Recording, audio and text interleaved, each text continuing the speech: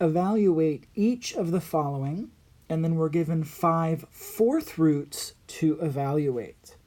Let's start with the fourth root of 81.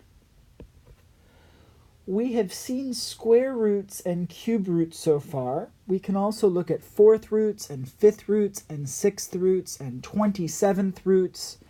You won't see these quite as often, but I want to look at some fourth roots just to get a little bit of practice. So if we're asked to find the fourth root of 81, we're asked to find a number that we can raise to the fourth power to get 81. So we're looking for a number that we can raise to the fourth power to get 81.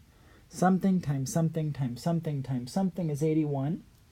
We know 81 is 9 times 9, but 9 is 3 times 3. So 9 times 9 will be 3 times 3 times 3 times 3, which is 3 to the fourth. So because 3 to the fourth is 81, the fourth root of 81 is 3. Let's do the next one. Let's look at the fourth root of 16.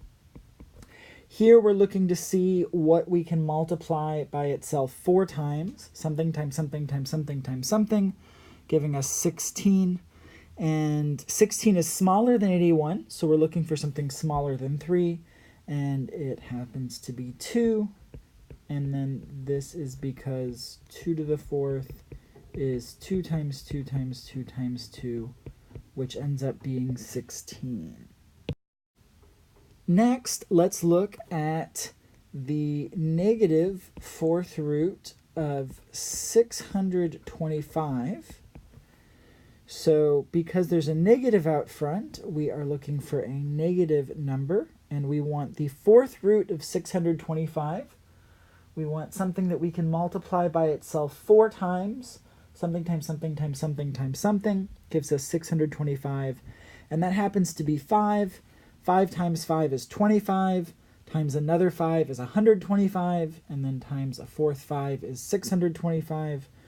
But we wanted the negative fourth root of that, so we end up with negative 5.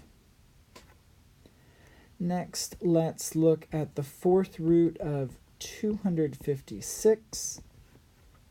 We need something that we can multiply by itself 4 times to get 256.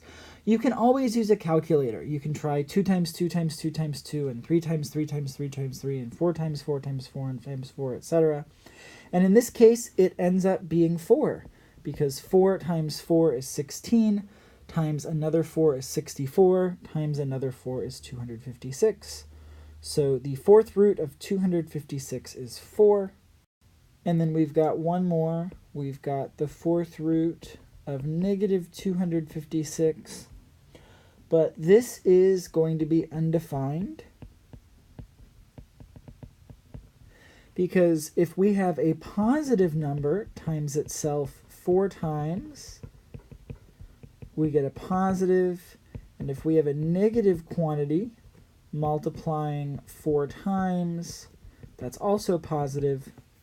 So it's not possible to take a real number and raise it to the fourth power and end up with a negative answer.